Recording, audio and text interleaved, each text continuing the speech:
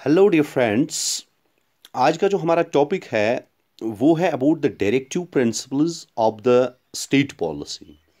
And कोशिश करेंगे हम इस टॉपिक में कि हम हर कोई चीज़ कवर करें जो इम्पॉर्टेंट हो हमारे लिए एंड जो एग्ज़ाम में पूछी जाती है, चाहे एग्ज़ाम स्टेट लेवल का हो या एग्ज़ाम सेंट्रल लेवल का हो। बिफोर स्टार्टिंग आप सबसे एक रिक्वेस्ट है कि अभी तक अगर आपने हमारा यूट्यूब चैनल सब्सक्राइब नहीं किया है तो to please subscribe our YouTube channel. And last में इसके मैं आपको एक ट्रिक बता दूंगा जिससे आपको directive principles of state policy चंद मिनटों में पूरे याद रहेंगे और आप उनको कभी भूल नहीं पाओगे। So directive principles of state policy की इंट्रोडक्शन पे अगर हम जाएं तो पहले हमें सुप्रू कमेटी के बारे में कुछ बातें पता होनी चाहिए। सुप्रू कमेटी के बारे में थोड़ी नॉलेज, थोड़ी इल्मियत हमें होनी चाहिए। सुप्रू कमेटी असल में 1944 में एग्जिस्टेंस में आई थी। आई क्यों थी एग्जिस्टेंस में? क्योंकि उन दिनों, जैसा कि आप लोगों ने ऑलरेडी पढ़ा हुआ होगा, जैसा कि आप ऑलरेडी जानते होंगे, एक टिफ चल रही थी between Indian national Congress and Muslim league. क्योंकि मुस्लिम लीग कुछ चीजों की डिमांड रखे हुए था, सो सुप्रू कमेटी को बनाया गया था ताकि वो रिजॉल्व कर सके the issues regarding to the minorities.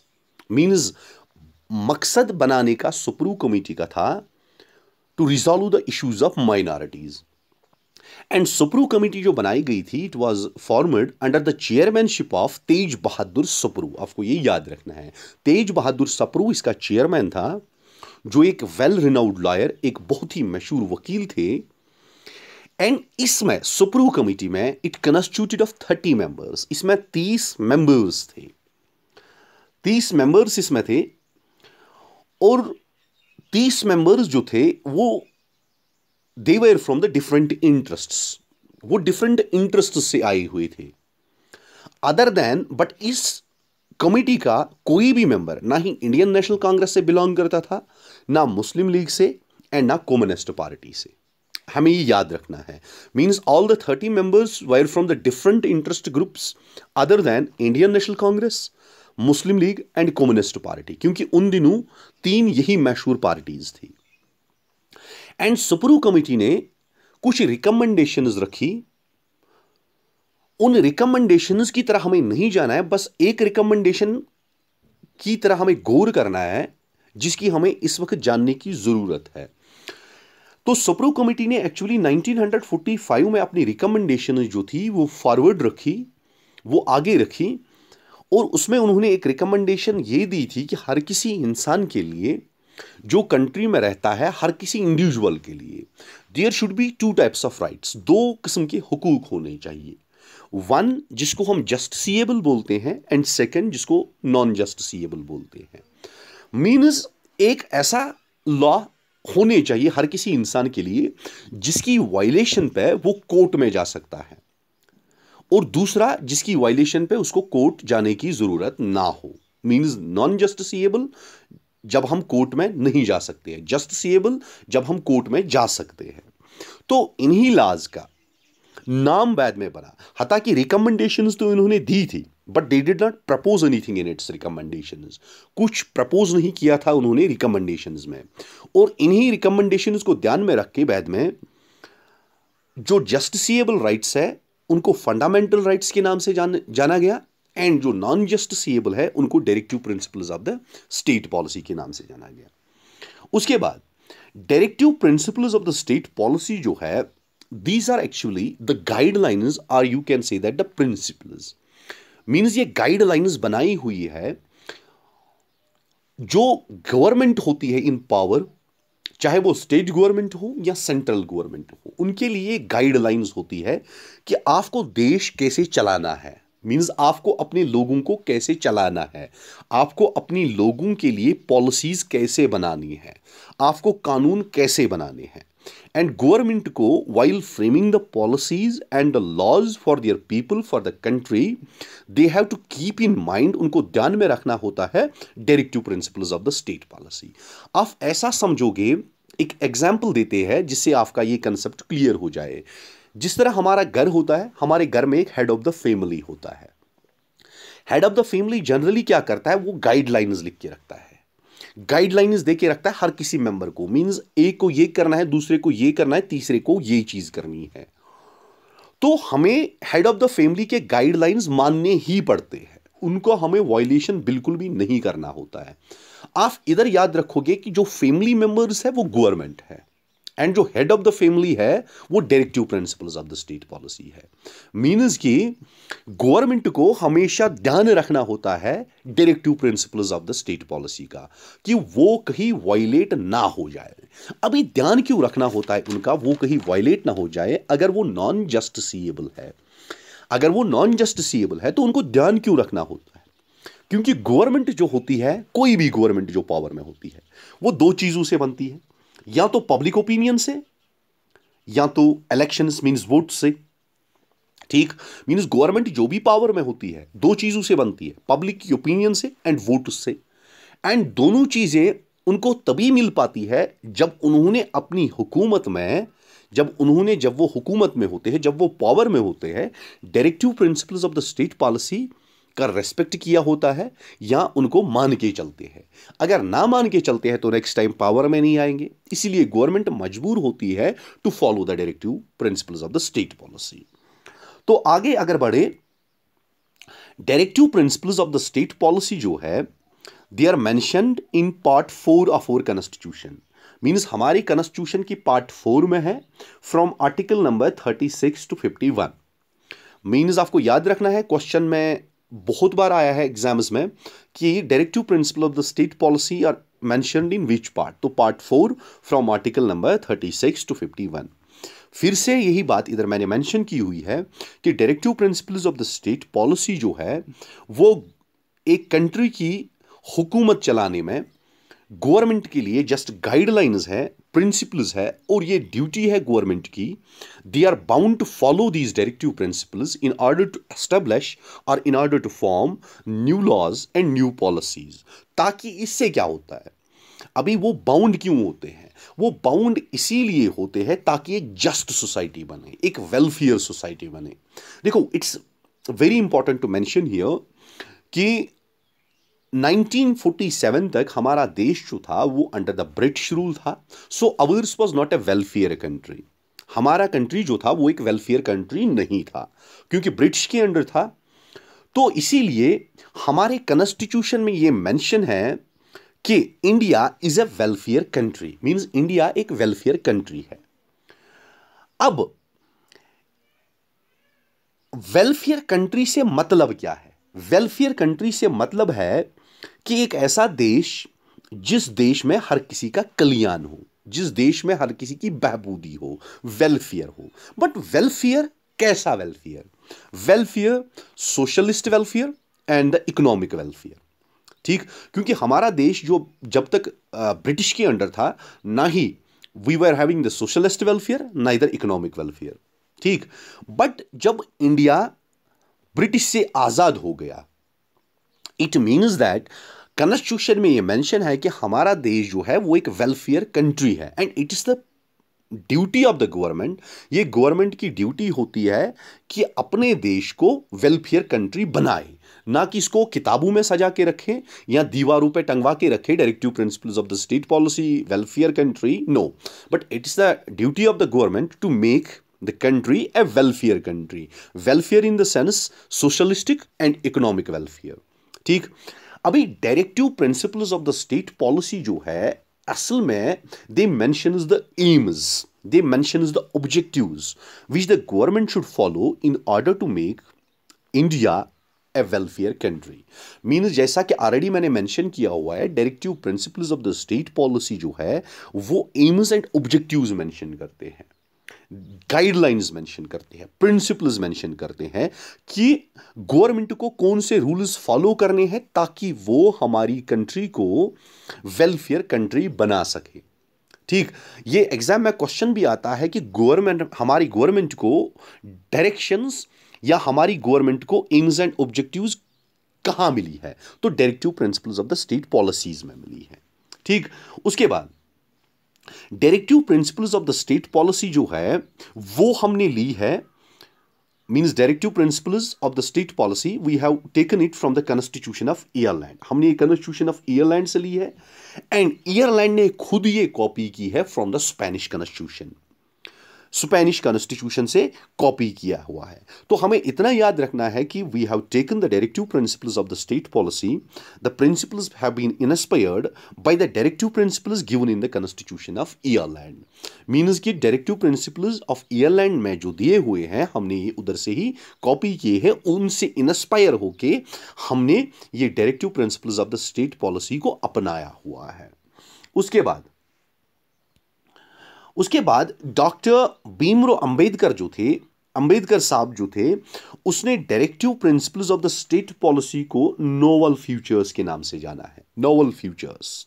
ठीक, उसके बाद ऑस्टिन जो थे उसने directive principles of the state policy को कंसेंसस ऑफ द कॉन्स्टिट्यूशन बोला है, कंसेंसस ऑफ कॉन्स्टिट्यूशन। ये हमें ये इंपॉर्टेंट कुछ पॉइंट से याद रखने हैं कि भीमराव अंबेडकर साहब ने डायरेक्टिव प्रिंसिपल्स को किस नाम से बोला था, तो नोवेल फ्यूचर्स के नाम से या कंसेंसस ऑफ द कॉन्स्टिट्यूशन के नाम से ऑस्टिन साहब ने बोला था कि हमारा जो directive principles of the state policy and fundamental rights है they are the consensus of the constitution. ठीक, उसके बाद directive principles of the state policy जो है वो रिजेंबल करते हैं instrument of instructions that have been mentioned in the government of act, Indian act 1935। इसको मैं थोड़ा समझाने की कोशिश करता हूं। What here is he trying to explain is that कि जस्ट जो directive principles of the state policy जो होते हैं ना, they are a sort of injection to the government. वो एक किस्म का इंजेक्शन होता है गवर्नमेंट के लिए। ठीक, इंजेक्शन इन द सेंस कैसे कि इंजेक्शन ऐसा होता है कि उनको ये मजबूर करता है, प्रिक करता है कि नहीं नहीं नहीं आपको यही पॉलिसी नहीं, यही पॉलिसी अपनानी है, आपको ये पॉलिसी अपनानी है। Means a clear cut instruction is given to the government in the directive principles of the state policy.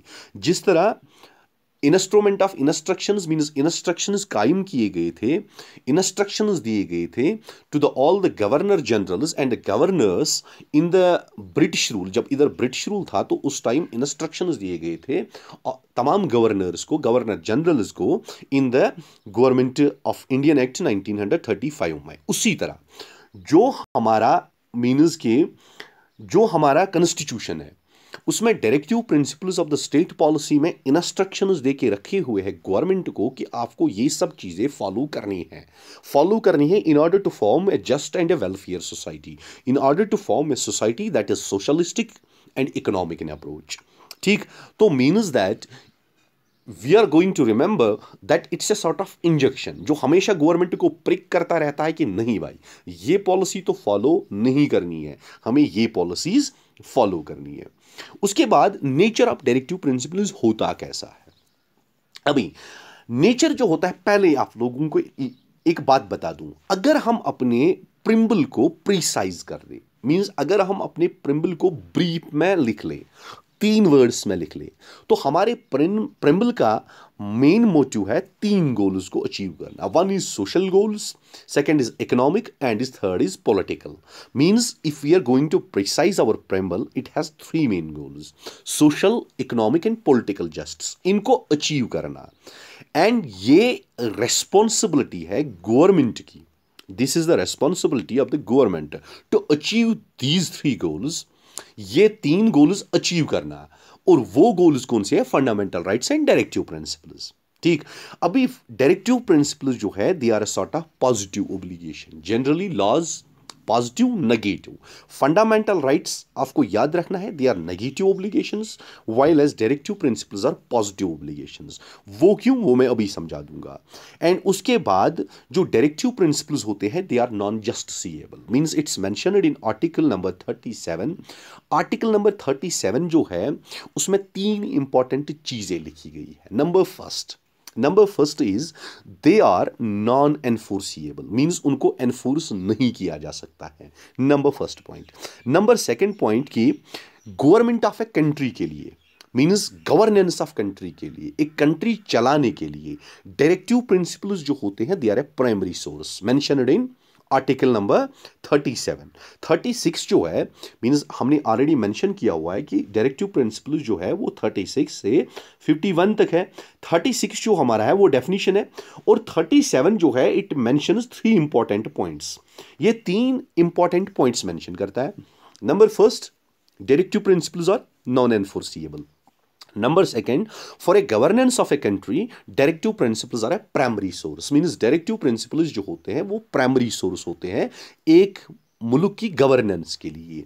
Number third is the government has to follow these policies, means कि government has to follow these principles, means कि government has to follow the directive principles of the state policy।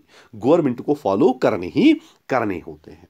उसके बाद अभी difference क्या है between the fundamental rights and the directive principles, और ये important चीजें हैं क्योंकि ये एग्जाम में पूछी जाती है।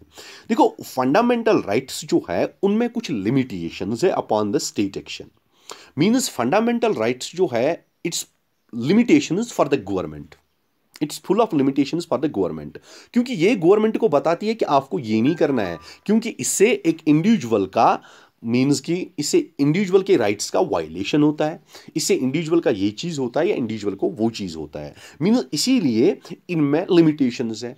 अभी कोई भी बंदा आया उसने गवर्नमेंट के खिलाफ कुछ बोलना स्टार्ट किया तो गवर्नमेंट कोई एक्शन नहीं ले सकती है। क्यों? क्योंकि fundamental rights, right to speech है, ठीक। तो इसीलिए फंडामेंटल राइट्स जो है इनमें लिमिटेशंस होती है, ठीक, constitute limitations upon the state action. और डायरेक्टिव प्रिंसिपल जो है they are just the instructions for the government, वो सिंपल में इंस्ट्रक्शंस होते हैं गवर्नमेंट के लिए कि how you have to make your policies and laws. They are just the instructions, they are just the policies laid down for the government, for the governance of a country, while as fundamental rights constitute the limitations। Number second point, fundamental rights जो है जैसा कि already मैंने पीछे बोला था कि हम अभी इसको एक्सप्लेन करेंगे। फंडामेंटल राइट्स जो है they are a sort of negative rights, while as directive principles positive laws होते हैं। अब पॉजिटिव नेगेटिव क्या होता है? देखो फंडामेंटल लॉ राइट्स जो है वो नेगेटिव लॉज इसीलिए है क्योंकि वो स्टेट को बताते हैं कि स्टेट को फंडामेंटल राइट्स बताते हैं क्योंकि हमें जस्टिस अचीव करना है, इसीलिए आपको ये सब चीजें नहीं करनी पड़ेगी। जिस तरह मैंने अभी बोला, कोई बंदा गवर्नमेंट के खिलाफ बहुत बोलता है या कुछ करता है तो क्या मेरे को तो फंडामेंटल राइट है, राइट टू स्पीच मेरा फंडामेंटल राइट है। इसीलिए फंडामेंटल राइट्स जो है दे आर द डायरेक्शंस, उनको मीन्स वो गवर्नमेंट को बोलती है क्योंकि हमें जस्टिस अचीव करना है, इसीलिए आपको ये सब चीजें नहीं करनी है, तो they are negative. And directive principles of the state policy जो है वो गवर्नमेंट को बताती है क्योंकि हमें ये सब चीजें अचीव करनी है, क्योंकि हमें जस्टिस अचीव करना है, इसीलिए हमें ये सब चीजें करनी है। उधर नहीं करनी है, फंडामेंटल राइट्स में नहीं करनी है तो डायरेक्टिव प्रिंसिपल्स में करनी है, ठीक। That's why fundamental rights are negative laws and directive principles are positive laws। you need to understand this। directive principles जो है वो positive laws है क्योंकि वो state को बताती है क्योंकि हमें justice achieve करना है तो इसीलिए हमें ये सब चीजें करनी होंगी in order to achieve the justice। और फंडामेंटल राइट्स जो है वो स्टेट को बताती है क्योंकि हमें जस्टिस अचीव करना है, इसलिए हमें ये सब चीजें नहीं करनी है, उधर करनी है इधर नहीं करनी है। So fundamental rights are negative laws and the directive principles are positive laws. अभी फंडामेंटल राइट्स जो है next point, they are concerned with political justice, means के फंडामेंटल राइट्स जो है they are concerned with the political justice, while as directive principle जो है they are concerned with the social and economic justice. Exam में बहुत बार आता है directive principles are concerned with dash means social justice and economic justice. उसके बाद fundamental rights are justiciable while as directive principles are non justiciable, जैसा कि already मैंने बोला। क्योंकि हमारे देश में क्या होता है, हमारे देश में अगर किसी का भी फंडामेंटल राइट वायलेट होता है तो वो डायरेक्टली सुप्रीम कोर्ट तक जा सकता है, वो गवर्नमेंट को कोर्ट में स्यू कर सकता है क्योंकि मेरा फंडामेंटल राइट वायलेट हुआ है, तो इसीलिए वो गवर्नमेंट के पास जा सकता है। एंड अगर directive principles of the state policy में कोई वायलेशन होती है तो we can not go to the supreme court, हम सुप्रीम कोर्ट क्या किसी भी लोअर कोर्ट में भी नहीं जा सकते। इसीलिए कहा गया है कि they are non justiciable and they are justiciable. Hope you understand this points of difference. ठीक, उसके बाद classification of the directive principles जो है मीन्स के हमारे कॉन्स्टिट्यूशन में इनकी कोई क्लासिफिकेशन नहीं है, मीन्स डायरेक्टिव प्रिंसिपल्स की कोई भी क्लासिफिकेशन नहीं है, बट एक्चुअली इनकी जो क्लासिफिकेशन है they have been classified on the base of content and direction, means उनका कंटेंट कैसा है और उनकी डायरेक्शन कैसी है। जैसा कि हम एक बुक पढ़ते हैं तो कंटेंट्स डिफरेंट होते हैं, पहले लिस्ट ऑफ फिगर्स उनका अलग सा कंटेंट, फिर टेबल्स का अलग सा कंटेंट, यूनिट्स का अलग सा कंटेंट, ग्लॉसरी का अलग सा कंटेंट। ठीक, तो उसी तरह हमारे कॉन्स्टिट्यूशन ने इनकी कोई क्लासिफिकेशन नहीं की है, they have not been classified by the constitution of India, but generally in order to keeping in mind the content and their directions they are classified into 3 categories: socialist principles, Gandhian principles and liberal intellectual principles. 3 categories में इनको classify किया गया है on the base of their content and directions, on the base of their content and directions. क्योंकि generally जो socialist principles है वो हमेशा वेलफेयर ऑफ द कंट्री और वेलफेयर ऑफ द पीपल की बात करते हैं, यानी कि सोशल ऑर्डर मेंटेन करना, equal justice, work and education, maternity relief, wages for workers. और उसके बाद जो गांधीयन प्रिंसिपल्स है they are laid on the Gandhian ideology, जैसे विलेज पंचायत को प्रमोट करना, कटेज इंडस्ट्रीज को, कोऑपरेटिव सोसाइटीज को, वीकर सेक्शंस के बारे में, ड्रिंक्स एंड ड्रग्स के बारे में, स्लॉटर ऑफ काउज के बारे में। और उसके बाद लिबरल इंटेलेक्चुअल प्रिंसिपल्स जो है वो है on the base of liberalism, means uniform civil code या ऑर्गेनाइजेशन ऑफ एनिमल हस्बेंड्री या protection of monuments to separate the judiciary, promote international peace. तो अभी हम पहले इन लॉज के बारे में पढ़ेंगे। डिफिनीशन सोशलिस्ट प्रिंसिपल्स की मैंने अभी बताया है, they are principles that aim at providing social and economic justice and set the path towards the welfare society, means welfare state बनाने के लिए they are the perfect ones। ठीक, ताकि social and economic justice achieve हो। पहले हमें laws क्या है वो याद रखने पड़ेंगे और इन laws में से हम keywords उठा लेंगे ताकि हम एक ट्रिक बना सके, हमें याद रह सके। देखो आर्टिकल नंबर 38 देखो, promote the welfare of the people by securing social order through just social, economic and political. 39 already हमारा जो कॉन्स्टिट्यूशन है वो मेंशन करता है 36 से 51 तक। 36 ऑलरेडी डिफिनीशन, 37 मैंने ऑलरेडी एक्सप्लेन किया।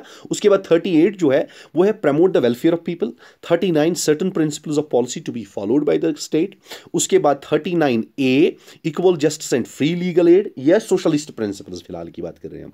उसके बाद 41 है right to work and education. 42 make the provisions for just and human conditions of work and maternity relief. उसके बाद 43 जो है सिक्योर ए लिविंग वेज।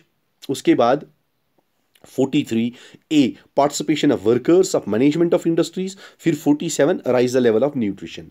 अभी ट्रिक क्या है इनको याद करने के लिए, देखो हमने इन लॉज में जो मीन्स चाहे 38, 39, 39 ए, 41, 42, 43, 43 ए, 47 मीन्स सोशलिस्ट प्रिंसिपल्स में कीवर्ड्स को उठाया हुआ है। जब हमने कीवर्ड्स को उठाया हुआ है 38 में हमने वेलफेयर ऑफ पीपल लिया है, 39 में प्रिंसिपल्स ऑफ पॉलिसी, इसमें free add, work and education, 42 में मैटरनिटी रिलीफ, 43 में वेजेस क्योंकि ये वेजेस ऑफ वर्कर्स है, एंड 43 में मैनेजमेंट ऑफ इंडस्ट्रीज लिया है, 47 में लेवल ऑफ न्यूट्रिशन। तो ट्रिक है well pod mister when.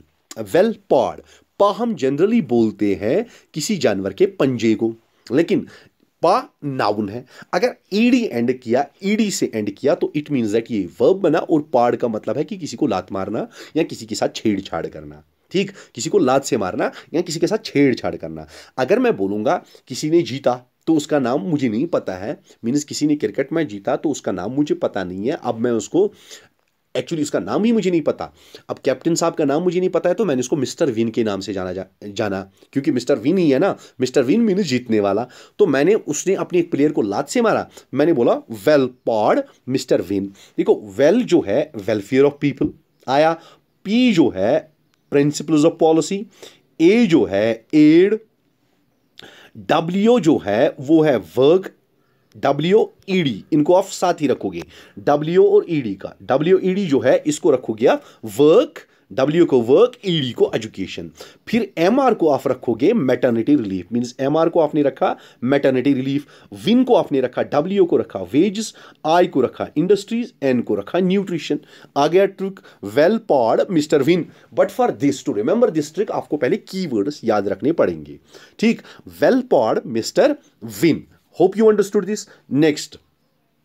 Next है गांधीयन प्रिंसिपल्स, जैसा कि मैंने ऑलरेडी डिफाइन किया हुआ है। गांधीयन प्रिंसिपल जो है they have been laid on the base of Gandhian ideology. उसमें आते हैं 40 organisation of village panchayats, promote cottage industries, professional management of cooperative societies, उसके बाद वीकर सेक्शंस के लिए, उसके बाद मतलब prohibit the consumption of drugs and drinks, उसके बाद prohibit the slaughter of cows, ठीक। अभी ट्रिक जो है इनकी देखो, हमने क्या लिया है, हमने कीवर्ड्स लिए हैं। Keywords means 40 village panchayat, 43 establish cottage industries, फिर 43 कोऑपरेटिव सोसाइटीज, फिर 46 में है वीकर सेक्शंस का, 47 में है ड्रिंक्स एंड ड्रग्स, फिर 48 में स्लॉटर ऑफ काउज। हमने क्या रखा है, हमने ट्रिक रखी है pics weds cows, pics weds cows. असल में आप पिक्स वेड्स याद रखोगे तो सही है, बट काउज मैंने इसलिए याद रखा है क्योंकि आपको लास्ट में ये स्लॉटर ऑफ काउज के रिलेटेड ये काउज टर्म याद रहनी चाहिए आपको। पिक्स है ना,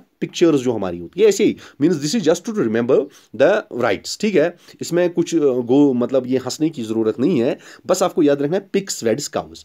P means panchayat, I means industries, C means cooperative, C S cooperative societies, फिर डब्ल्यू वीकर सेक्शंस, फिर डब्ल्यू से वीकर सेक्शंस बना आपका, फिर उसके बाद डी एस जो ये है, डी एस मीन्स ड्रिंक्स, ठीक है। तो ड्रिंक्स से ये एस जो है ये बनेगा आपका स्लॉटर, एस स्लॉटर और सी काउज, तो काउज ये, ठीक। फिर से बोलूंगा मैं, P means panchayat means village panchayat, I means industries means cottage industries. आप इस आई को सी के साथ भी जोड़ सकते हो, आई सी इंडस्ट्रीज, बट कौन सी वाली, कटेज वाली इंडस्ट्रीज, कटेज इंडस्ट्रीज। फिर ये सी लेकिन अलग के लिए, 43 बी के लिए कोऑपरेटिव, एंड एस को कोऑपरेटिव सोसाइटीज, कोऑपरेटिव सोसाइटीज। फिर डब्ल्यू जो है, W E means, W E से आपको पता चलेगा कि V, W E V weaker sections, ठीक। फिर D S means drinks, D S means drinks and drugs. फिर एस का मतलब आप लोगे स्लॉटर, एंड का मतलब हाउस। तो आगे सारे तो ट्रिक कामयाब हो गई।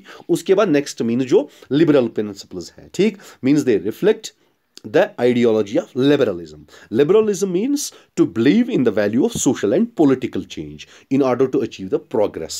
Means भरोसा रखना social and political change में ताकि हम progress को achieve कर सकें।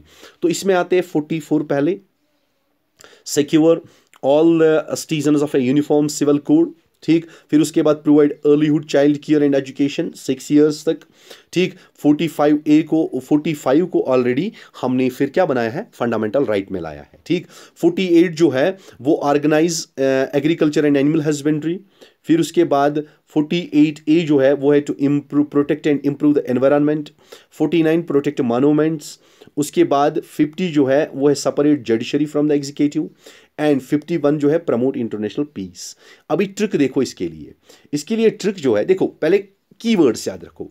44 हमारा है यूनिफॉर्म सिविल कोड, 45 जो है early childhood care, 48 organise animal husbandry, 48A protect environment and wildlife, 49 protect monuments, 50 separate judiciary, 51 international peace. अभी ट्रिक क्या है, कोका ऑर्गेनाइज्ड एंड पेप्सी। देखो कोका कोला अलग कंपनी, पेप्सी तो अलग, मीन्स दैट अभी इनके दरमियान थोड़ा सा बातचीत हुआ तो कोका ने ऑर्गेनाइज किया पेप्सी के लिए कोई फंक्शन। तो कोका से मतलब CO means code, CO code, ठीक है। CA means care, childhood care, ठीक है, आपको खुद ही याद रहेगा, सीओ कोड, सीए केयर।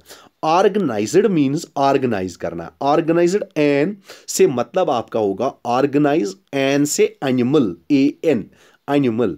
फिर पेप्सी, पी से प्रोटेक्ट करना, ई एनवायरनमेंट को, ठीक, पीई प्रोटेक्ट एनवायरनमेंट, ठीक। फिर पी से फिर से प्रोटेक्ट करना। अब प्रोटेक्ट किसको करना, दो चीजों को, या तो एनवायरनमेंट को या मॉन्यूमेंट्स को। जब पहले ही आया पीई मींस प्रोटेक्ट एनवायरनमेंट, उसके बाद ये वाला प्री होगा, पी जो होगा वो मॉन्यूमेंट्स के लिए होगा। फिर उसके बाद एस सेपरेट करना, किसको, separate judiciary from executive. I जो है वो इंटरनेशनल पीस है। Hope you understood. CO means code, uniform civil code. CA means care, childhood care. Organised animal husbandry. P means PE protect environment, तो protect environment. P means protect, अब monuments बचता है तो monuments आएगा। S means separate judiciary, I means international peace, ठीक। Hope you understood this lecture very well, और hope आपको ये ट्रिक अच्छी लगी होगी, लेक्चर अच्छा लगा होगा और हमारी ट्रिक अच्छी लगी होगी। तो प्लीज लाइक कीजिएगा, शेयर कीजिएगा, सब्सक्राइब कीजिएगा। Hope to see you soon. Thank you and God bless you all.